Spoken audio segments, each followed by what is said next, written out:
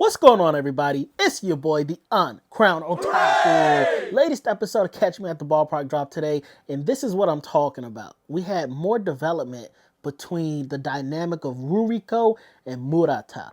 Now, don't get me wrong, the entire cast is nice. I love everybody. We've been introduced to so many characters, and they all play such an important part in their own life that intersects into everybody's story. It's amazing. It's a pleasure to watch everything just kind of tie in together episodically.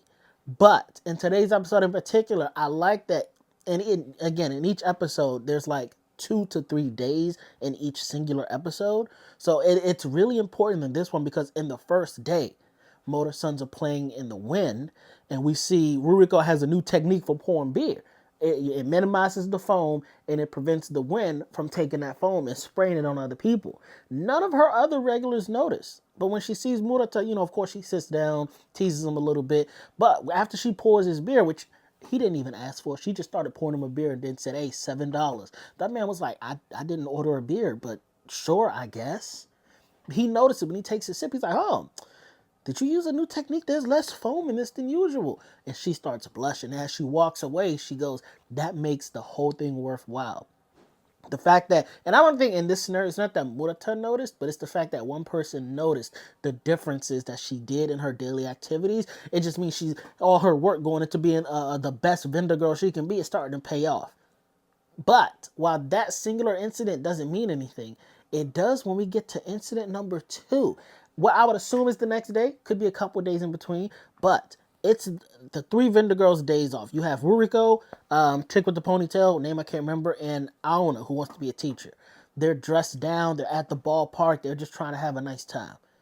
Ruriko, after she goes to the bathroom on her way back to her seat, she sees Murata. She goes out of her way to pace back and forth in front of him because she wants Murata to notice him. That's giving signs. She want me. She want me. I think Ruriko's starting to feel him. She wanted to go out of her way to get him to say something, to notice her in her casual clothes. Maybe she wanted a nice compliment or whatever. So she paces back and forth. Murata still don't notice her. She sits beside him, brushes up against his shoulder, does damn near everything but say, "Hey, it's me, Ruriko." Of course, after she peels her sunglasses down, he notices it's her. But she gets upset that he didn't notice her. She also gets upset that he didn't say anything about her clothing. He didn't compliment her, how nice she looked. So she storms away, calling him a baka. We know this in anime. When a girl calls you a baka, typically they got a crush on you. The way she said it is giving real infatuated tones. I could be wrong. I'm not wrong. But I could be wrong. But I'm not wrong. So the next day, and again, this is still the same, it is the next day, but it's not like a whole nother skit, if you will. The next day within that same skit, she's back in her vendor uniform, and she's giving Murata, she's giving him kind of shit for not noticing her. She's like, "Oh, look at you, a real dirtbag, aren't you? Couldn't notice me. Do vendor girls need to have their name just plastered everywhere? Do we all look the same to you?" She's giving them the whole works, letting them have it the way you would if somebody you were feeling didn't catch on to something you were doing differently. You feel me? So it's giving tones of romance now. It's giving shades of "I might like you" now. Murata is definitely oblivious, but he is a smooth player in his own way. Because in episode 1, when the wind blew Ruriko's skirt up, he pretended not to notice. He made a quick pivot and was like, "Oh, excellent. This is the excitement, the thrills. Ruriko, did you see that home run? I didn't see anything else but that home run."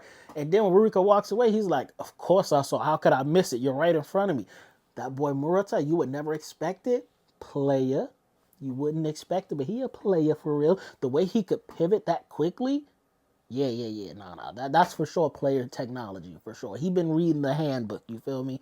But yeah, it was nice to see the romantic interest start to actually show, because everything up to now was just Ruriko kind of teasing him. She's always been at work, but the fact that she still wants to talk to him outside of work, yes, that's what I needed to know. Can there be a friendship or a relationship outside of the ballpark? There is potential. Even though they're not outside the ballpark, but outside of her job, there's potential. Now, what we have to get more into is Murata's co-worker, who also goes to ball games. That's going to cause a love square because there's also the fried chicken girl that calls Murata Prince Charming. So we have to see more of his coworker and how Ruriko is gonna react to his coworker being around. Because if his coworker starts to catch feels, Murata won't notice anything. Murata, again, oblivious. He a player in his own right, but he oblivious to the obvious. You feel me? So we got to see how Ruriko reacts to a potential like love interest rival, if you will. Cause nobody knows what Fried Chicken Girl is feeling. They don't. She be blessed to get a couple seconds in an episode at this rate, but nobody knows how she's feeling. But again, I just need to see how Ruriko's gonna react because I think that will once Murata sees how Ruriko's starting to show shades of jealousy, I think he'll start to get an idea that she might like me. Maybe all this teasing isn't just teasing. Maybe there's something underneath it. But that's way down the line. I really just wanted to episode 8, great development. The Motor Sons again on a great run during the Windy episode. They slayed the competition. During the last episode, they also slayed the competition. So it feels like the Motor Sons are doing great this season, which is crazy for me to say because this is a slice of life about the people in the ballpark. But I'm actually low key invested in the baseball team as well because we've been introduced to some of the baseball characters also. Kojiro, Shishio. I think there's a guy named Sasaki. I could be wrong on that part, but yeah, man, again, this show drops on a Tuesday. It's just a good time to break up the monotony of the work week, bro. But what do y'all think? Uncrowned Kingdom. I'm in those comments with y'all. Let me know how you feel in this anime. You still locked in with me? Did you drop out at a certain episode? I'm in those comments with y'all. Let's talk about it. Uncrowned Kingdom. I've been your boy, the Uncrowned Otaku.